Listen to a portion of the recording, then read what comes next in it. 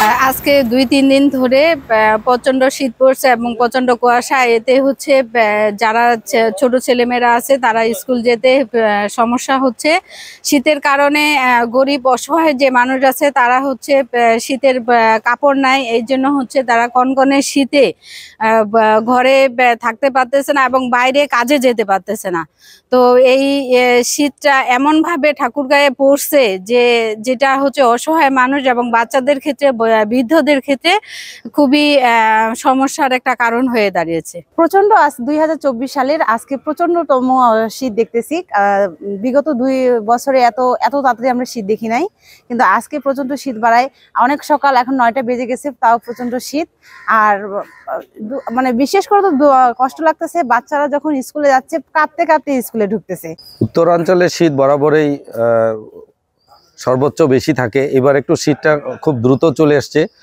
আমরা যারা আছি কাজে কর্মে বের হই প্রতিদিন, তাদের জন্য এটা একটা অনেক বড় চ্যালেঞ্জ। এবং আমরা উত্তরাঞ্চলে শীতটাকে উপভোগ করি, কিন্তু বৃদ্ধ যারা আছে এবং যারা শিশুরা আছে তাদের জন্য, স্কুলগামী যারা এবং যারা ঘরে থাকে, তাদের বিভিন্ন শীতজনিত রোগ খুব দ্রুত দেখা দিচ্ছে। হাসপাতালগুলো শিশু এবং বৃদ্ধদের চিকিৎসা দিতে হিমশিম খাচ্ছে।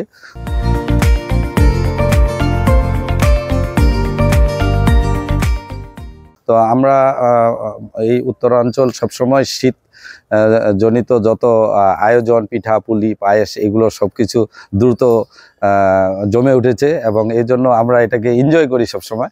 তবে আমাদের যে কষ্টটা হয় ছিন্নমূল মানুষের জন্য, যেটা যারা তাদের জন্য শীত বস্ত্রের একটা ব্যবস্থা থাকলে হয়তো তারা এটা নিবারণ করতে পারতো। খুব বেশি শীত হয়ে গেছে, এমন মানে চলাচল করতে পারি না মানুষ, খুব কষ্ট এখানে মানুষ ভোগাভোগ করতেছে। হ্যাঁ, আমাদের এখানে তো খুব ঠাকুরগাঁও এলাকাটা খুবই খারাপ, গরিবের দেশ। হ্যাঁ, এখন মানে আমাদের তো এখানে কম্বল নাই, হোমওয়ার্ক নাই, খুব কষ্টতে দিন কাটতেছি।